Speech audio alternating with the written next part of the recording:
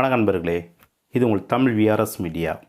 இன்றைக்கி இந்த வீடியோவில் எதை பற்றி தெரிஞ்சுக்கிற போகிறோம் அப்படின்னு கேட்டிங்கன்னா, அதாவது இந்திய வாரிசுரிமை சட்டம் 1956 பிரிவு 6 கீழே ஒரு கூட்டு குடும்பத்தில் ஒரு நபருக்கு சேர வேண்டிய அந்த பாகத்தை தர மறுத்தாலோ அல்லது அவருக்கு சேர வேண்டிய பாகத்தை அவருக்கே தெரியாமல் மூன்றாவது நபருக்கு ஏதாவது ஒரு உரிமை மாற்றம் செய்து வைத்தது என்று பிறகு அந்த நபருக்கு தெரிய வருது அப்படிங்கிற பட்சத்தில் அந்த பாகத்தை எப்படி மீண்டும் சட்டப்படி பெற முடியும் அப்படிங்கிற பற்றி தான் இன்றைக்கி இந்த வீடியோலேருந்து பார்க்க போகிறோம். இது வரைக்கும் நம்மளுடைய சேனலை இன்னும் சப்ஸ்கிரைப் பண்ணலாம் அப்படின்னா கண்டிப்பாக மறக்காமல் சப்ஸ்கிரைப் பண்ணிக்கோங்க. இந்த வீடியோ பயனுள்ளதாக இருந்துச்சு அப்படின்னா உங்களுடைய நண்பர்களுக்கும் ஷேர் பண்ணிக்கோங்க. பொதுவாக நீங்கள் எல்லோரும் எளிதாக புரிந்து கொள்ளக்கூடிய வகையில் ஒரு நபருக்கு சேர வேண்டிய பாகத்தை அந்த குடும்ப உறுப்பினர்களோ அல்லது மற்ற வாரிசுகளோ அதை தர மறுக்கும் பட்சத்தில் அதை எப்படி சட்டப்படி பெற முடியும் அப்படிங்கிற பற்றி தான் இன்றைக்கி இந்த வீடியோலேருந்து பார்க்க போகிறோம். இதை நீங்கள் எல்லோரும் எளிதாக புரிந்து கொள்ளக்கூடிய வகையில் ஒரு எக்ஸாம்பிளோட பார்ப்போம். ஏ என்று சொல்லக்கூடிய குமார் என்பவருக்கு 2 வகையான அசையா சொத்துக்கள் இருக்குது. அந்த 2 வகையான அசையா சொத்தானது குமார் என்பவருக்கு எப்படிலாம் வந்தது அப்படின்னு கேட்டிங்கன்னா, ஒன்று கடந்த 1980ஆம் ஆண்டு குமாருடைய தாய் தந்தை வழியாக சம்பாதித்த சொத்தை குமாருக்கு பாகப்பிரிவினை மூலியமாக 2 ஏக்கர் சொத்தை பிரித்து கொடுக்குறாங்க. அப்படி பிரித்து கொடுக்கப்பட்ட 2 ஏக்கர் சொத்து தொடர்பான பதிவுத்துறை சார்ந்த ஆவணம், அதே மாதிரி வருவாய்த்துறை சார்ந்த ஆவணம், இது எல்லாமே குமார் என்ற பெயரில் தான் பதிவாயிருக்கு. குமார் தான் அந்த சொத்தை பயன்படுத்திட்டு வராரு. அதன் பிறகு குமார் கடந்த 1985ஆம் ஆண்டு குமாருடைய சுய வருமானத்தில் வந்த வருமானத்தை கொண்டு குமார் என்ற பெயரில் கிட்டத்தட்ட ஒரு 2 ஏக்கர் சொத்தை வாங்குறாரு. அப்படி வாங்கின அந்த சொத்து தொடர்பான பதிவுத்துறை சார்ந்த ஆவணம், வருவாய்த்துறை சார்ந்த ஆவணம், இது எல்லாமே குமார் என்ற பெயரில் தான் பதிவாயிருக்கு. இந்த 2 சொத்தையுமே குமார் தான் அனுபவம் செய்து வராரு.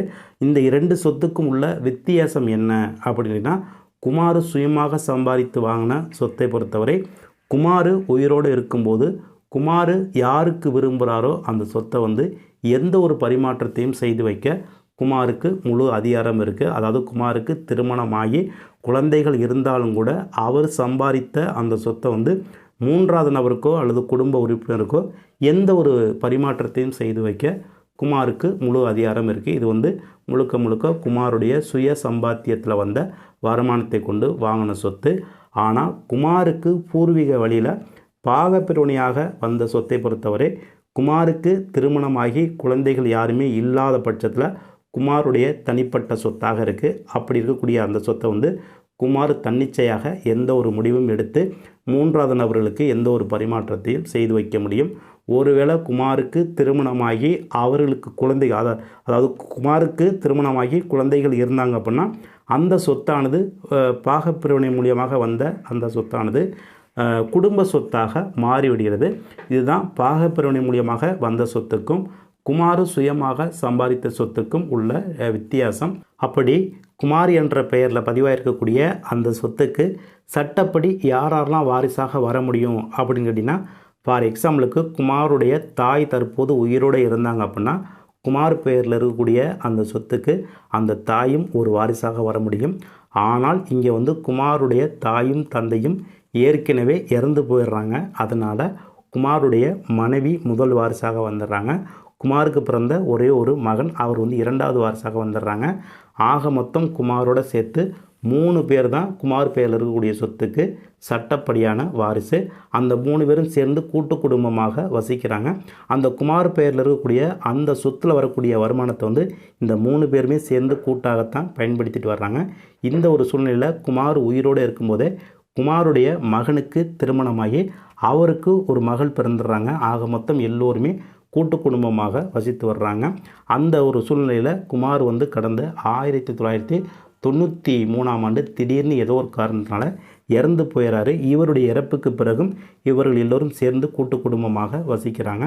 ஆனால் குமாருடைய மகனுக்கும் குமாருடைய மருமகளுக்கும் ஏற்பட்ட சிறு கருத்து வேறுபாட்டினால மருமகள் மகனை விட்டு பிரிந்து போய் அவர் பிறந்த இடத்துல வசித்துட்டு வராங்க. அதாவது மனைவியும் மகளும் தனியாக போய் மகனை விட்டுட்டு தனியாக போய் அவர் பிறந்த இடத்துல தனியாக வசித்து வராங்க. அதன் பிறகு இந்த குமாருடைய இறப்பு சான்றிதழை பயன்படுத்தி குமார் பெயரில் இருக்கக்கூடிய அந்த சொத்து முழுவதுக்கும் குமாருடைய மனைவியும் குமாருடைய மகனும் சட்டப்படியான வாரிசுகளாக வந்துடுறாங்க. அந்த வாரிசு சான்றிதழை அடிப்படையாக வைத்து குமாருக்கு கடந்த 1980ஆம் ஆண்டு பாகப்பிரிவினை மூலியமாக 2 ஏக்கர் சொத்து வந்திருக்கு. அந்த 2 ஏக்கர் சொத்தையும் இந்த இருவரும் சேர்ந்து கூட்டாக கடந்த 1997ஆம் ஆண்டு பி என்று சொல்லக்கூடிய செந்தில்கிட்ட விற்பனை பண்ணிடுறாங்க. அதன் பிறகு குமார் கடந்த 1985ஆம் ஆண்டு சுயமாக சம்பாதித்து ஒரு சொத்தை வாங்குறாரு. அந்த சொத்தையும் கடந்த 2005ஆம் ஆண்டு சி என்று சொல்லக்கூடிய முத்துராமன்ட்ட இந்த குமாருடைய மனைவியும் அவருடைய மகனும் சேர்ந்து கூட்டாக விற்பனை பண்ணிடுறாங்க.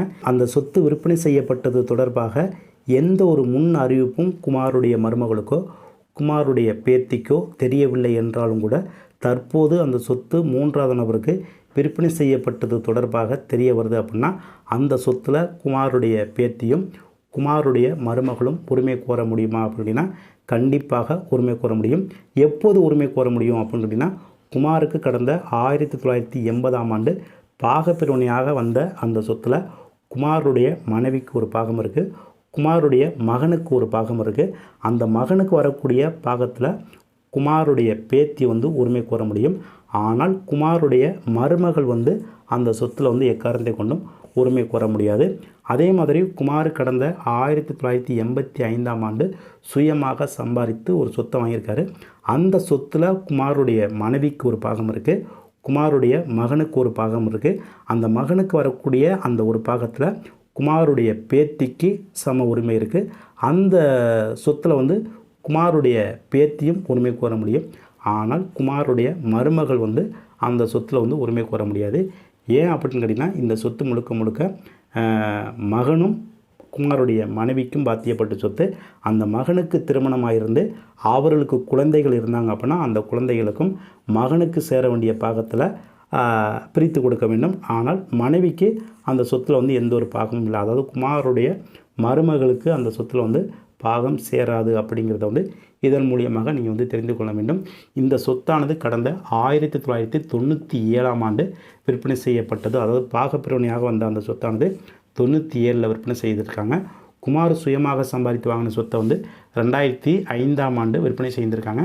கிட்டத்தட்ட இந்த லிமிட்டேஷன் ஆக்ட் 12 வருடங்களுக்கு மேலாகக்கூடிய சூழ்நிலையில் இந்த சொத்தை மீண்டும் இந்த மருமகளும் பேத்தியும் மீட்டெடுக்க முடியுமா அப்படின்னா கண்டிப்பாக மீட்டெடுக்க முடியும். எப்படி மீட்டெடுக்க முடியும் அப்படின்னா அதாவது இந்திய வாரிசுரிமை சட்டம் 1956 பிரிவு 6ன் கீழே ஒரு சொத்தின் மீது உங்களுக்கு சேர வேண்டிய பங்கை தர மறுத்தாலோ அல்லது அந்த பாகத்தை மறைத்து 3வது நபருக்கு எந்த ஒரு பரிமாற்றத்தையும் செய்து வைத்திருந்தால் அப்படி செய்யப்பட்ட அந்த பரிமாற்றமானது தவறு என்று உங்களுக்கு எப்போ தெரிய வருகிறதோ அப்படி தெரிய வந்த தேதியிலிருந்து 3 ஆண்டுக்குள்ள இந்திய காலவரம்பு சட்டம் 1963 பிரிவு 56ஐ பயன்படுத்தி சம்பந்தப்பட்ட உரிமையியல் நீதிமன்றத்தின் மூலியமாக வழக்கு தொடர்ந்து உங்களுக்கு வரக்கூடிய அந்த பாகத்தை சட்டப்படி நம்ம பெற முடியும். அதாவது இந்த சொத்தானது கடந்த 1997ல் விற்பனை செய்யப்பட்டிருக்கு.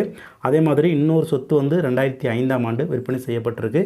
எக்ஸாம்பிளுக்கு உங்களுக்கு 2020ஆம் ஆண்டு தான் உங்களுக்கு தெரிய வருது அப்படின்னா தெரிய வந்த அந்த ஆண்டிலிருந்து 3 ஆண்டுக்குள்ளே இந்திய காலவரம்பு சட்டம் 1963 பிரிவு 56ஐ பயன்படுத்தி நீங்கள் சம்மந்தப்பட்ட உரிமையியல் நீதிமன்றத்தின் மூலியமாக வழக்கு தொடரலாம். அதாவது இந்த சொத்து விற்பனை செய்யப்பட்டு கிட்டத்தட்ட அதில் ஒரு 3 இதில் ஒரு 26 கிட்டத்தட்ட 29 ஆண்டுகள் ஆயிருந்தாலும் கூட இந்த லிமிட்டேஷன் ஆக்ட் 12 ஆண்டுகளுக்கு மேலே போயிருந்துச்சு அப்படின்னா இந்த மாதிரி ஒருத்தருக்கு சேர வேண்டிய பாகம் மறைக்கப்பட்டிருக்கு அல்லது அந்த சொத்து தவறுதலாக விற்பனை செய்யப்பட்டது என்று எப்போ உங்களுக்கு தெரிய வருகிறதோ அந்த தேதியிலிருந்து 3 ஆண்டுக்குள்ளே நீங்கள் சம்மந்தப்பட்ட உரிமையியல் நீதிமன்றத்தில் வழக்கு தொடர்ந்து உங்களுக்கு வரக்கூடிய அந்த பாகத்தை சட்டப்படி பெற முடியும். இப்போ நம்ம பார்த்த இந்த வீடியோவில் உங்களுக்கு ஏதாவது சந்தேகம் இருந்தாலும் சரி அல்லது நான் சொன்ன தகவல்களில் ஏதாவது தவறுகள் இருக்குது அப்படிங்கிற பட்சத்தில் இந்த ஸ்க்ரீனில் தெரியக்கூடிய கான்டாக்ட் நம்பருக்கு கான்டாக்ட் பண்ணுங்கள். இது போன்ற ஒரு நல்ல தலைப்போடு மீண்டும் சந்திப்போம். நன்றி, வணக்கம்.